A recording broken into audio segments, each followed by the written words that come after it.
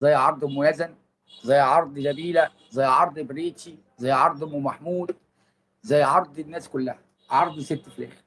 وانتوا بتهتكوا عرض امل ليل ونهار، وعرضته بكل اريحيه، فيديوهات حقيقيه مزوره ايا كان، وصور لامل بملابس خاصه. ممكن تكون امل غلطت وبعتتها فعلا لاكرم على اساس انها بتحبه وخطيبها ايا كان. ففين الثبات على المبدا؟ فين الضمير؟ انتوا بس لما بيجي الطعن فيكم بتصوروا وتتعاملوا انتوا في اعراض الناس. مش منطق. وفي عرض سام وفي ماما المجال يعني انتوا ما سبتوش حد. فانت يا ستو زي ما احنا برضو زي عرض ستو اللي ما نقبلش حد يطعن فيه ابدا.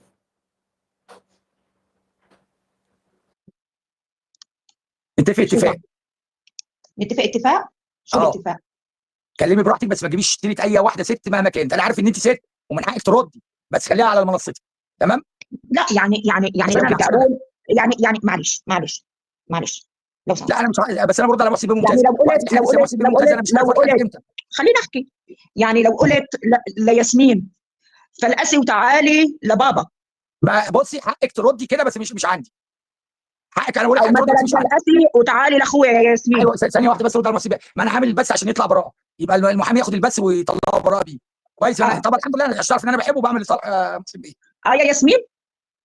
ياسمين دي ياسمين ولو هذه حبيبه بابا اللي بتفلقس وبتجيب من البنات. طب لو انت بتعزيني وبتحترميني ما تجيبيش سيره بناته ولا سيره مراته. ليش هم عندهم عرض واحنا عندنا طول؟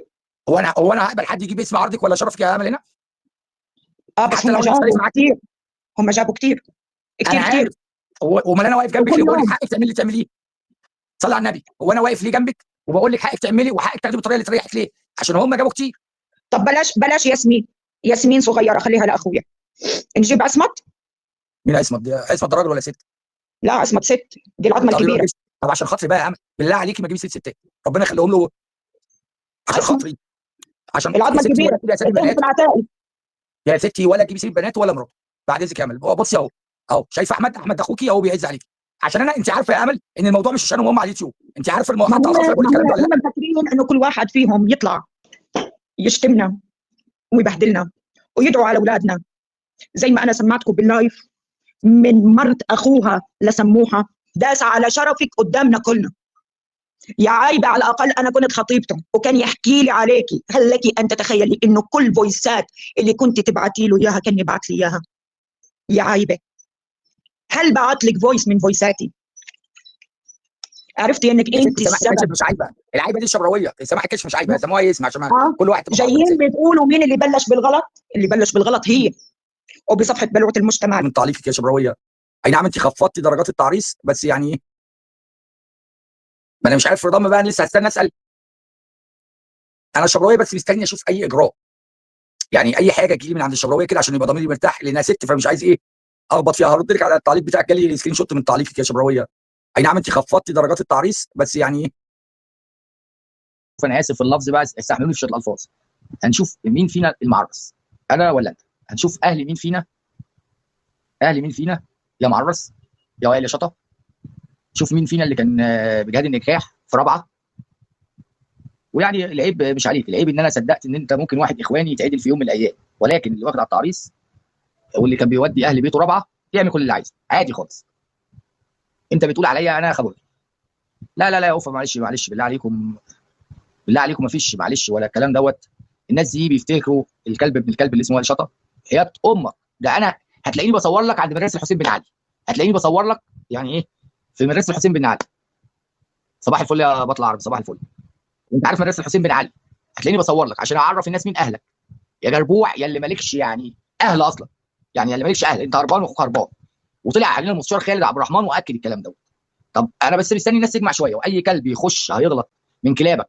وبص يا شفيق انا كنت قاعد راجل كبير عيان انك انت قاعد. انا مش انت لوحدك، انت بتطلع مراتك تساعد معاك. فلو هنتكلم بقى على التعريس وتقول لك ايه اصل طلع والدته، انا طلعت والدتي في عيد الام ووالدتي ست ربنا وانت بتعرض التعريس ده كله يا شفيق. ده انا مش يعني انا مش عارف ازاي انت هتدخل تاخد مخدر وتبقى بين ايدي ربنا وانت بتعرض التعريس ده كله يا شفيق. ده انا مش انت لوحدك، انت بتطلع مراتك تساعد معاك. فلو هنتكلم بقى على التعريس بتقول لك ايه، اصل طلع والدته، انا طلعت والدتي في عيد الام، والدتي ست كبيره عندها 70 سنه، ولا خليت مراتي تعلق وسايبه بيتها وعيالها وتعلق معايا 6 ساعات في البث، وبعدين تدخل تعلق عند فلان وعلان. يا راجل ده علقت عند متولي سعيد اللي قال عليها بتروح جهاد النكاح. يعني خلاص، يعني هنعمل ايه؟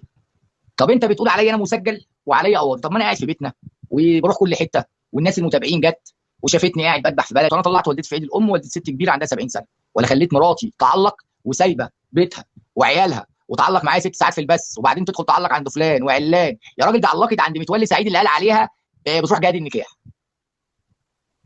يعني خلاص، يعني هنعمل ايه؟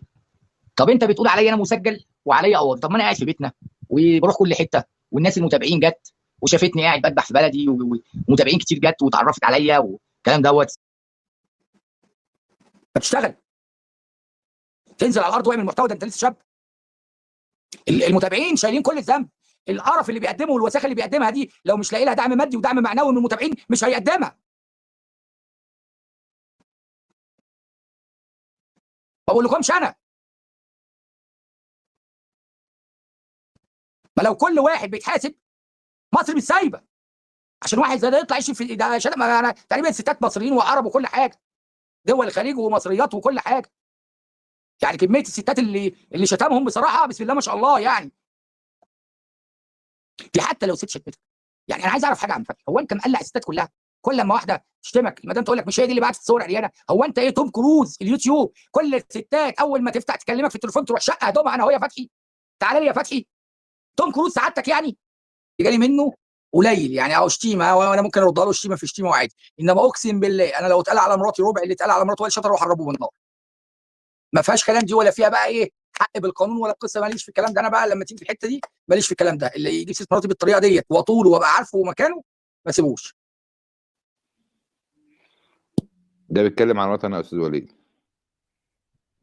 اعرض لك صوره مراتك وهي جنبها الشيشه يا ابن الوسخه دلوقتي. اصبر اصبر، والله العظيم ده شاطه مرات لا لا شاطه. يا اللي مسرح مراتك يا ابن الوسخه في البسات ده متولي قال عليها نكاح بتتنك في رابعه وكانت بتعلق له ايه بعد كده. له سخن شجره مثمره ايه ده؟ شويه متناكين معرصين نسوان وسخه. مره اسمها حنان تقول لي ده انت اصبري يا صفتي يا اجمل انت، ده انا هطلع لك يا صفتي وانت بتشحاتي. اصبري اصبري يا صفتي يا اجمل وانت يا مشيره. مش هم دول الاثنين المتناكين اللي جاي تتكلم عليهم يا فيصل؟ ده انا هطلع له. اصبروا دلوقتي اصبروا لسه احنا مع بعض.